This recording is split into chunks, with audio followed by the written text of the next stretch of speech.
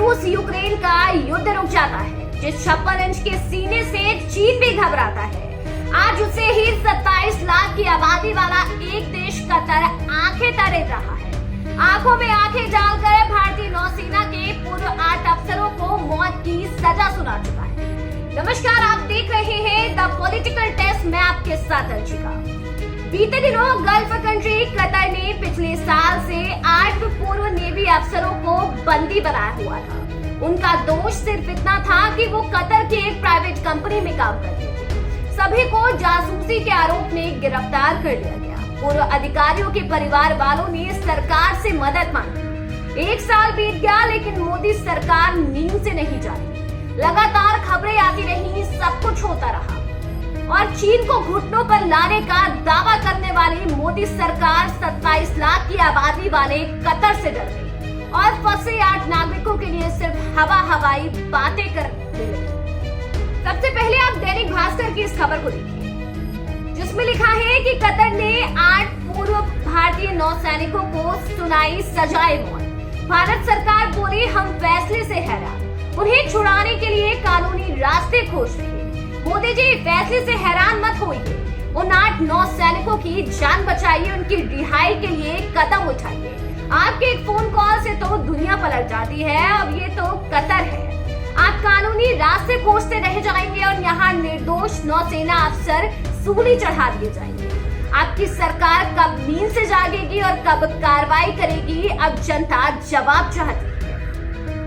बता दें, कतर के यूं पूर्व भारतीय नौसैनिकों को फांसी दिए जाने पर ट्विटर पर भी अब बवाल मचा हुआ है।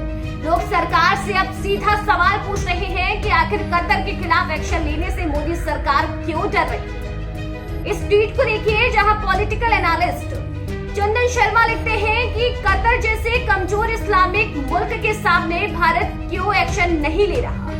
कुछ जगहों पर मुझे मोदी जी की नीति बिल्कुल समझ नहीं आती।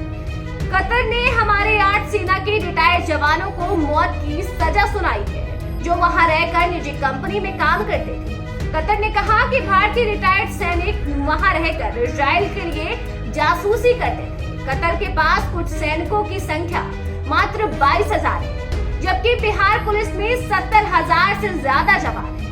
अगर भारत सरकार चाहे तो कुछ घंटों की कार्रवाई में अपने लोगों को सुरक्षित वहां से बाहर निकाल सकती है, जबकि ताकत के मामले में भी भारत कतर से 100 गुना से भी ज्यादा अधिक शक्तिशाली है। वहीं इस अन्य ट्वीट को देखिए, जहां retired IAS officer Surya Pratap Singh लिखते हैं, अगस्त 2022 से जेल में बंद भारत के 8 पूर्व नेवी अफसरों को कतर में मौत की सजा सुनाई।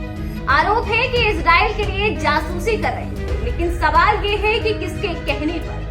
गाजा में व्यापक नरसंहार करने वाले इजराइल के लिए जासूसी करने गए थे। क्या इजराइल के साथ भारत की कोई गुप्त संधि थी?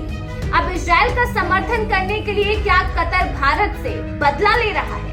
आप तो कहते थे कि पूरे विश्व में डंका बज रहा है, क्यों नहीं बचा पा रहे अपने पूर्व सैनिकों को? वहीं इस मसले पर अब राजनीति शुरू हो गई है। आरएलडी से सांसद मनोज कुमार ने इस बारे में प्रतिक्रिया देते हुए ट्विटर पर लिखा, मामला अगर गौतमी प्रवृत्ति के उस तोते का होता तो व्यवहार कुछ अलग होता इस बहादुर सरकार का। अब भाई, बात तो बिल्कुल सही है। ये मामला अगर अडानी से जुड़ा होता तो खुद मोदी जी बात संभालते, लेकिन ये तो आम 8 पूर्व नौसैनिकों का है, जिन्होंने 1 साल से अपने परिवार को नहीं देखा, वतन वापसी के लिए गुहार लगा रहे हैं। लेकिन मोदी सरकार तो आंख में पट्टी बांध कर बैठी हुई। सवाल ये नहीं है कि सरकार कार्रवाई क्यों नहीं करे, सवाल ये है कि बीते 1 साल से मोदी सरकार हाथ पर हाथ धरे क्यों बैठी। 22,000 सैनिकों वाला देश विश्व गुरु को अब आंखें दिखा रहा है। हमेशा विदेश नीतियों का गुणगान करने वाले इस मामले पर क्यों गूंगे बने बैठे? आखिर मोदी जी कतर को लाल आंखें क्यों नहीं दिखा पा रहे? सरकार के बयान से तो ऐसा ही लगता है कि उन 8 सैनिकों के लिए उनकी कोई जिम्मेदारी ही नहीं। भाई, आला कमान चुनाव में जो व्यस्त है, अब इस पर कौन ध्यान दे? सत्ता बेहद जरूरी है। ये मोदी सरकार और विदेश मंत्रालय का सबसे बड़ा फेलियर है। विश्व गुरु को छोटा सा देश कतर आंखें तरे रहा है। 5 लाख की आबादी वाला मालदीव भारतीय सेना को देश से बाहर निकालने की धमकी दे रहा है। कनाडा हत्या का आरोप लगा रहा है, लेकिन सरकार कुछ नहीं कर रही।